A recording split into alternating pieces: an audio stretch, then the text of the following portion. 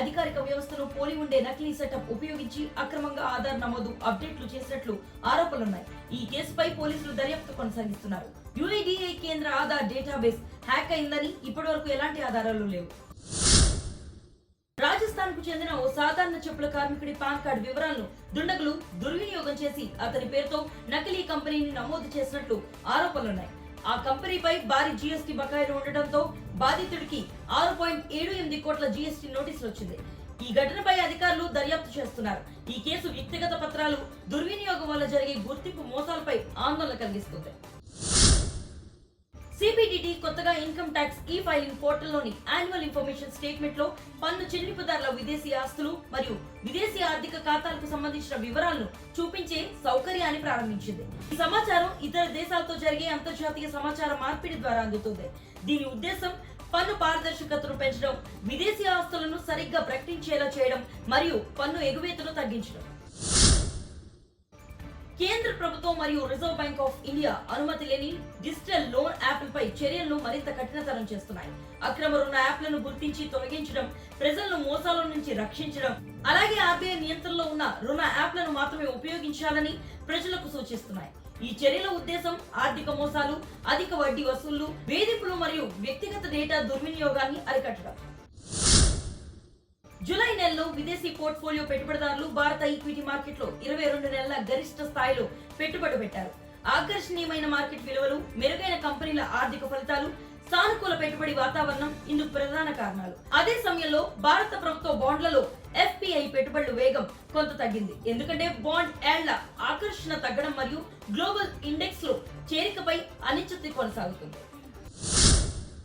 NIC న్యాయమూర్తులకు సహాయపడేందుకు లెగ్రా మరియు digital courts 2.1 అనే 2 AI ఆధారిత టూల్స్ అభివృద్ధి చేసింది. లెగ్రా న్యాయ పరిశోధన పత్రాల విశ్లేషణలో సహాయపడుతుంది. డిజిటల్ కోర్ట్స్ 2.1 కేసులో నిర్వహణను సులభతరం చేసే డిజిటల్ ప్లాట్ఫామ్ గా పనిచేస్తుంది. ప్రస్తుతం ఈ టూల్స్ కోర్ట్స్ ఫేజ్ 3 ప్రాజెక్ట్ లో భాగంగా పైలట్ దశలో పరీక్షిస్తున్నారు. ఇవి న్యాయమూర్తులకు సహాయక సాధనాలు మాత్రమే. తుది నిర్ణయం మాత్రం న్యాయమూర్తులదే.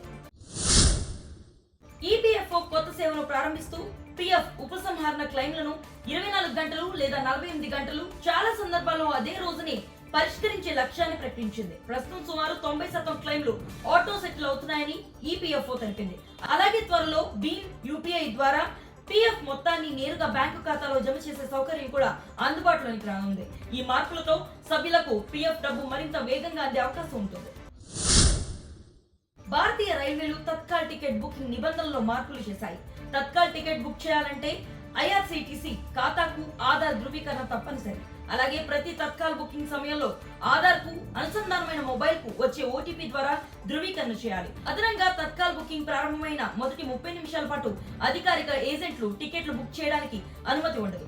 తద్వారా సాధారణ ప్రయాణికులకు న్యాయమైన అవకాశం లభిస్తుంది. ఈ మార్పులు 16-18 దుర్వినియోగాన్ని తగ్గించి పారదర్శకంగా పెంచేందుకు తీసుకొచ్చారు.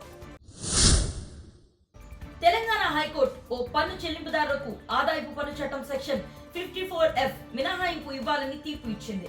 బిల్డర్ కారణంగా బిల్లా నిర్మాణం 4 సంవత్సరాలు ఆలస్యం కావడం పన్ను చెల్లింపుదారుడి తప్పు కాదని కోర్టు పేర్కొంది. కాబట్టి గృహ నిర్మాణంలో పెట్టుబడి పెట్టిన వ్యక్తికి బిల్డర్ ఆలస్యం కారణంగా పన్ను ప్రయోజనం నిరాకరించబడదని తెలిపింది.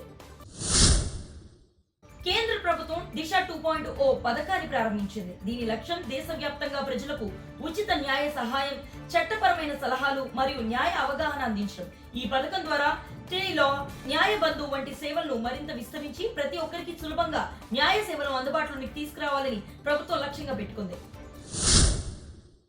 ఈ ఏడాది 5.9 కోట్లకు పైగా ఆదాయపు పన్ను returns దాఖలయ్యాయి.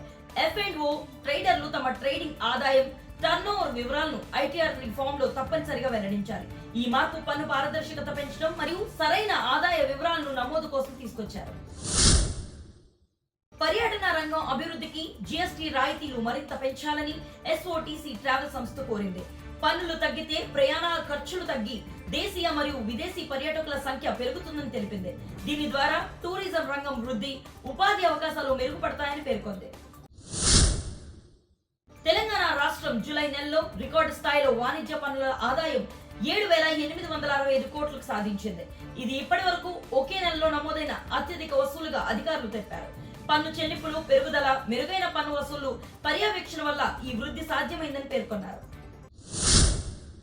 Digital advertising platform యాడ్ఫామ్ cyber దాడికి గురైనట్లు సమాచారం.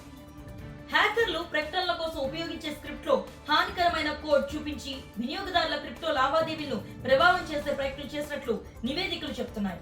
సంస్థ ప్రభావిత భాగాలను తొలగించి భద్రతా చర్యలు చేపట్టింది. ఈ ఘటన సప్లై చైన్ సైబర్ భద్రత ప్రాముఖ్యతను గుర్తు చేస్తుంది.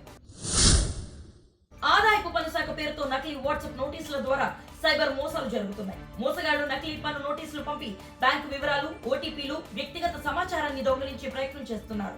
పన్ను సంబంధిత సందేశాలను అధికారిక ఇన్కమ్ ట్యాక్స్ పోర్టల్ ద్వారా మాత్రమే తనిఖీ చేయాలని నిపుణులు సూచిస్తున్నారు. ఆగస్టు 2026లో పన్నులు మరియు ఆర్థిక రంగానికి సంబంధించిన కొన్ని ముఖ్యమైన గడువులు ఉన్నాయి. ఐటీఆర్ దాఖలు, జీఎస్టీ రిటర్న్లు, టీడీఎస్ చెల్లింపులు వంటి అనేక క్లెయిమ్ తేదీలను పన్ను చెల్లింపుదారులు గుర్తుంచుకోవాలి. వ్యాపారులు, ప్రొఫెషనల్స్ కు సంబంధించిన కొన్ని ఐటీఆర్ ఫైలింగ్ గడువులు ఆగస్టు 31 వరకు ఉన్నాయి. అలాగే ఆర్బీఐ మానిటరీ పాలసీ కమిటీ సమావేశం ఆర్థిక పరిస్థితులు, వడ్డీ రేట్లపై నిర్ణయాలకు కీలకంగా ఉంటుంది. ఆర్బీఐ రాబోయే ద్రవ్య విధాన సమావేశంలో రెపో రేట్ను 5.25% వద్ద కొనసాగించే అవకాశం ఉందని అంచనాలున్నాయి. మార్కెట్ ఆర్బీఐ వడ్డీ రేటు నిర్ణయంతో పాటు ద్రవ్యోల్బణం, ఆర్థిక వృద్ధి, భవిష్యత్ పాలసీ సూచనలు గమనిస్తున్నాయి.